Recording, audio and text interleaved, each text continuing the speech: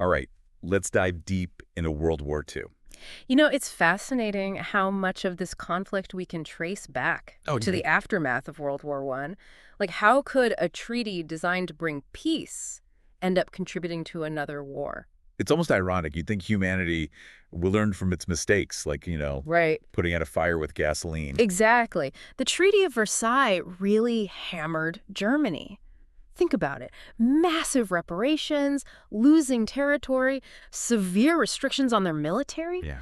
It created this perfect storm for extremism to take root. People were angry, disillusioned, Yeah. ready to latch onto anyone who promised a way out. That's how figures like Hitler and the Nazi Party gained power. And the sources really paint him as this master manipulator, preying on that vulnerability. But you're right, he didn't create those conditions single-handedly. Right, he exploited them, but the seeds were already there. It's kind of a chilling reminder that these dangerous ideologies can thrive when people are desperate and feeling betrayed. And it wasn't just Germany, right? Yeah. No, not at all.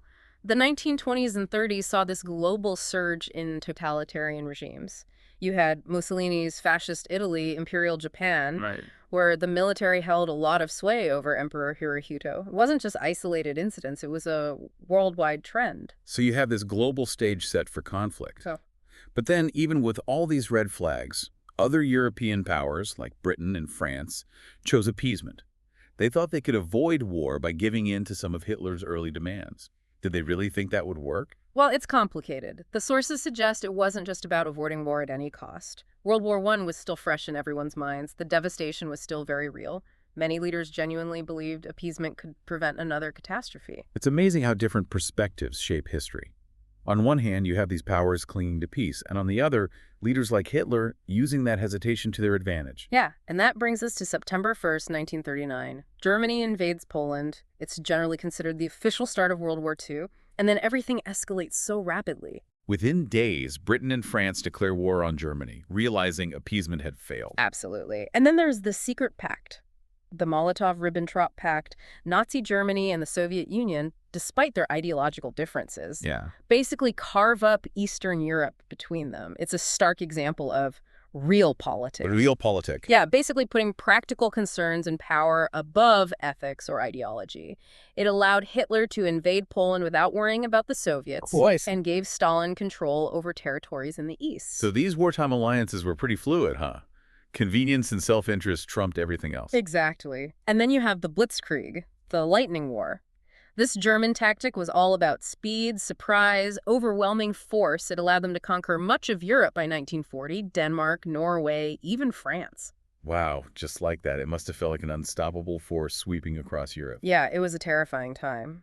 But even with this seemingly unstoppable advance, Britain stood firm. Right, the Battle of Britain. This air battle between the Luftwaffe and the RAF became a pivotal moment. The RAF, with the help of radar, defended their airspace, despite the constant bombing. Yeah, that victory denied Hitler the air superiority he needed for a full-scale invasion of Britain. It became the symbol of defiance against Nazi aggression. The sources really capture that spirit. It must have been a terrifying but also inspiring time for the British. Absolutely. Then 1941 rolls around and the war takes another dramatic turn. This period of relative calm, often called the Phony War, is shattered.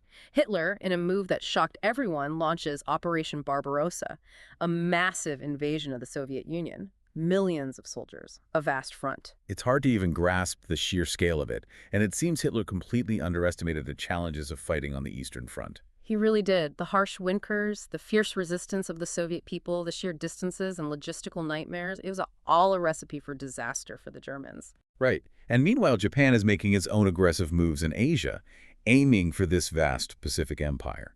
They were already at war with China since 1937, but their ambitions went way beyond that. And then, December 7th, 1941, a date that changes everything. The attack on Pearl Harbor. Right, this surprise attack by Japan on the U.S. naval base in Hawaii instantly brings the United States into the war. It really highlights how interconnected everything was. What seemed like a distant conflict suddenly became very personal for the American people. And it backfired spectacularly for Japan. They aimed to cripple the U.S. Pacific Fleet, but instead they galvanized American public opinion and fueled their determination to fight. The sources really capture the shock and outrage that swept across the U.S. after the attack. It was a turning point, reshaping the whole global landscape, setting the stage for an even more intense phase of the war. So we've gone from the lingering resentment of World War I to the rise of these totalitarian regimes, the failure of appeasement, and now the devastating early years of this conflict. It's a complex story, and we've only scratched the surface. Absolutely. The war was far from over. So many crucial battles lay ahead. Alliances would be forged and broken, and ultimately a new world order would emerge. Yeah, the world was in for a wild ride. That's for sure. 1941, it was a rough year for the Allies. But 1942, that's where things start to shift, especially out in the Pacific. Yeah, the U.S. entering the war had to shake things up.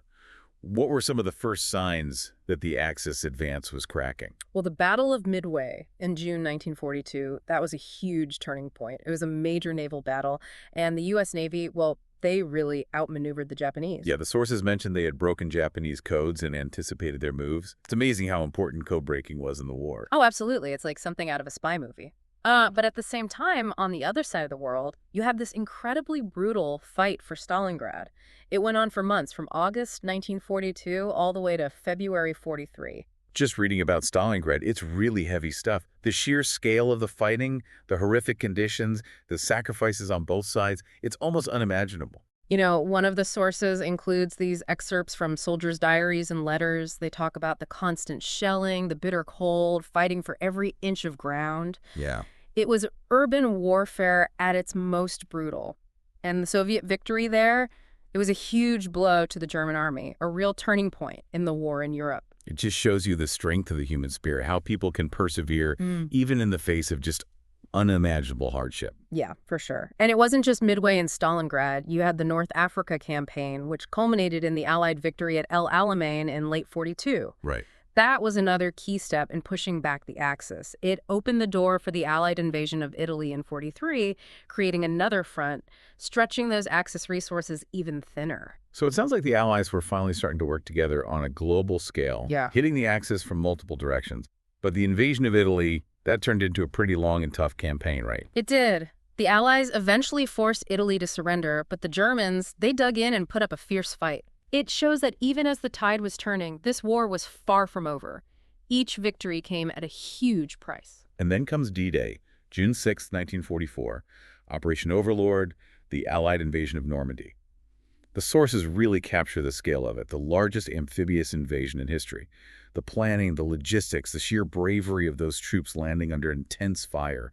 It's just incredible. Yeah, it's often seen as the beginning of the end for Nazi Germany, that moment when the tide really turned in favor of the Allies. And while this massive operation was going on in the West, the Soviets were pushing hard on the Eastern Front, steadily driving westward, inflicting heavy casualties on the Germans. I was reading this book by a military historian, one of your sources, and he really emphasized how crucial the Soviet contribution was to the Allied victory. He said their sacrifices and the sheer scale of their involvement on the Eastern Front are often overlooked in Western accounts of the war. It's a reminder that this really was a global effort, battles all over the world, all contributing to the eventual Allied victory. And as we get into 44 and 45, the pressure on Nazi Germany just keeps mounting, leading to some of the most brutal fighting of the whole war. Yeah, like the Battle of the Bulge, Germany's last major offensive, December 1944. It was a desperate attempt to hold off defeat, and it cost them dearly. It must have been incredibly intense for both sides. Definitely. And even as they were fighting this desperate battle in the West, the Soviet army was closing in on Berlin. The fall of Berlin in April 1945, with the Soviets capturing the German capital, that was a huge symbolic and strategic victory. It marked the collapse of the Nazi regime. The sources paint a pretty haunting picture of Hitler's final days, hiding in his bunker, refusing to accept defeat until the very end. His suicide on April 30th, 1945, effectively ended the Nazi regime, and just days later, on May 8th, Germany officially surrendered. VE Day, a huge celebration across war-torn Europe, but as you said, the fighting wasn't over. Right. Europe was breathing a sigh of relief, but the war in the Pacific raged on. The U.S. continued their island-hopping campaign, getting closer to Japan, facing incredible resistance at every turn. Like the battles of Iwo Jima and Okinawa in 1945, incredibly brutal. even though defeat seemed inevitable. Yeah, those battles were costly for both sides, and they raised some serious concerns about what a full-scale invasion of Japan would cost. And then, August 1945, the atomic bombings of Hiroshima and Nagasaki. Those events changed everything. The sources really delve into the complexities of that decision, the debates within the Truman administration, the ethical questions, the devastating consequences. It's a chilling reminder of the destructive power that humans now had, a power that continues to shape our world today. Absolutely. Those bombings led to Japan's surrender on August 15th, 1945, officially ending World War II. But their legacy is still debated and scrutinized to this day. The world had seen destruction and brutality on a scale never before imagined. After the war, there was a time of reckoning. The Nuremberg trials were held to hold Nazi war criminals accountable for their horrific crimes. Yeah, the Nuremberg trials from 1945 to 1946 were groundbreaking in international law. They established that individuals could be held responsible for war crimes and crimes against humanity, regardless of their position or if they were just following orders. It was a big step towards international justice. But even as they were trying to achieve justice, the world was entering a new era of global tension, the Cold War. Yeah, the wartime alliance between the US and the Soviet Union completely fell apart, replaced with suspicion and mistrust. Germany was divided into 4 occupation zones controlled by the US, the UK, the Soviet Union, and France. It really symbolized that growing rivalry. So even though the fighting was over, the seeds of a new global struggle were being planted. That Cold War, with its ideological battles, proxy wars, and the threat of nuclear war, cast a long shadow over the rest of the 20th century. Absolutely. But amidst all that uncertainty, there was also the creation of the United Nations, a sign of hope in a world still recovering from the devastation of war. Right, the UN, established in 1945, a collective effort to prevent future wars and create a more peaceful and cooperative world. Its success has been, well, mixed, but its existence shows that we still have that desire for a world free from war. Yeah, definitely. World War II completely reshaped the world. New alliances, new challenges, new opportunities for both cooperation and conflict. A period of huge transformation, and its effects are still felt in international relations today. When you step back and look at the big picture of World War II, it's just mind-blowing. A global conflict, countries reshaped, and the world forever changed. It's tough to grasp, 70 to 85 million lives lost. It really makes you think about the consequences of unchecked aggression, how fragile peace can be. Yeah. Even beyond the immediate impact, the effects of World War II are still felt today in so many ways. For sure. The war really accelerated technological advancements. Think about radar, jet engines, even nuclear weapons stuff that's had a huge impact, for better or worse. It's kind of amazing how wartime necessity can drive innovation like that. But it's also, well, pretty scary to think about how those same advancements could be used for, bad things. No doubt, the development of nuclear weapons was a real turning point for humanity. Suddenly, the possibility of mass destruction became very real. And the war also led to major shifts in global politics. The U.S. and the Soviet Union emerge as superpowers, European colonialism declines, new international organizations like the UN are formed. Yeah, the sources really highlight how World War II totally reshaped the balance of power in the world. New alliances, new tensions, new opportunities for both cooperation and conflict. A period of massive change that still affects international relations today. And I think one of the most important takeaways from World War II is that it forced humanity to confront its capacity for just unbelievable cruelty and destruction. The Holocaust, the atrocities on so many fronts, they're a chilling reminder of what can happen with intolerance, hatred, and unchecked power. One of your sources, a collection of essays by Holocaust survivors, really drives that point home. Those firsthand accounts are incredibly powerful. They remind us of the human cost of prejudice and the importance of remembering and learning from these horrific events. Absolutely, a lesson we can never forget. But amidst all the darkness, World War II also shows us incredible examples of courage, resilience, and the human spirit. Oh yeah, for sure. The soldiers who fought bravely on the front lines, the civilians who endured unimaginable hardships, the resistance movements that fought against tyranny, countless people risking their lives for freedom, justice, a better world. Their stories are a testament to compassion, sacrifice, and hope, even in the darkest of times. It's been quite a journey, exploring these incredibly challenging chapters of human history. But it's also been inspiring to see the power of resilience, the importance of learning from the past, and the enduring hope for a more peaceful future. The sources you chose offer a really well-rounded perspective on World War II, prompting us to think about these tough questions and consider the war's lasting impact. History isn't just facts and dates, it's a living narrative that continues to shape how we understand the world. Well, thank you for joining us for this deep dive into World War II. It's a heavy topic, no doubt, but it's one that deserves our attention and our understanding. And hopefully, it reinforces our commitment to building a world where conflicts like this are just a memory, a solemn reminder of the cost of peace and how important it is to protect it.